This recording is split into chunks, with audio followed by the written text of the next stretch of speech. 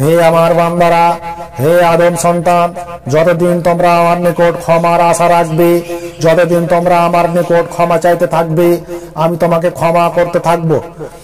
মহান আল্লাহ অন্য একটি হাদিসে বলেছেন, কিয়ামতের মাঠে কোনো আমার বান্দা যদি আকাশ জমিন পরিমাণ গুনাহ নিয়ে কিয়ামতের মাঠে উপস্থিত হয় এবং তার নিকট যদি শিরকের গুনাহ থাকে, আমিও আকাশ জমিন পরিমাণ ক্ষমা নিয়ে পৃথিবীর কিয়ামতের মাঠে উপস্থিত হব, আমি তাকে ক্ষমা করব যদি তার শিরকের গুনাহ না থাকে।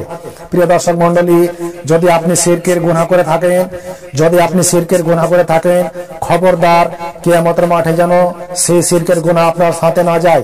প্রিয় দর্শক মণ্ডলী, আপনার বেঁচে থাকতে থাকতে এই পৃথিবীতে আপনাকে মহান আল্লাহর নিকট শিরকের গুনার ক্ষমা চেয়ে নিতে হবে এবং মা বাবার হক মা বাবাকে দিতে হবে। ভাইয়ের সম্পদ আত্মসাৎ করতে হবে না। যদি আপনি আত্মসাৎকারী হন, যদি আপনি ভাইয়ের সম্পদ 1 টাকা আত্মসাৎ করেন, যদি অর্ধ হাত জমিন ভাইয়ের আপনি দাবিয়ে খান, কাল কিয়ামতের মাঠে আপনাকে সেই জমিন খনন করতে লাগানো হবে।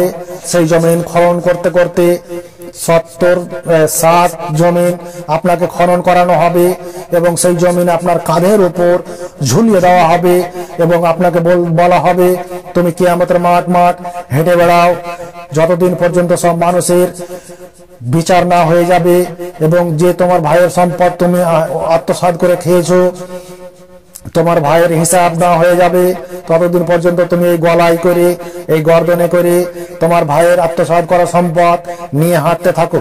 প্রিয় দর্শক মণ্ডলী, খবরদার সেই আত্মসাতের গুনাহ থেকে বাঁচার চেষ্টা করবেন এবং শিরকের গুনাহ থেকে বাঁচার চেষ্টা করবেন। খবরদার সেই শিরকের গুনাহ নিয়ে কিয়ামতের মাঠে উপস্থিত হবেন না। যদি ভুল ভ্রান্তিতে আপনার শিরক হয়ে যে থাকে, যদি ভুল ভ্রান্তিতে আপনার শিরক হয়ে গিয়ে থাকে, আপনাকে বেঁচে থাকতে থাকতে মহান আল্লাহর নিকট সালাত আদায় করে কেঁদে কেটে ক্ষমা চেয়ে নিতে হবে। কিয়ামতের মাঠে অনেক ভারী পড়ে যাবে আপনাকে। কিয়ামতের মাঠে আপনাকে সেই শিরকের গুনাহ ক্ষমা করা হবে না। আপনার জাহান্নাম নিশ্চিত হয়ে যাবে এবং আপনার জন্য জান্নাত হারাম হয়ে যাবে। প্রিয় দর্শক মণ্ডলী, তাই বলছিলাম, খবরদার শিরকের গুনাহ থেকে বেঁচে থাকবেন।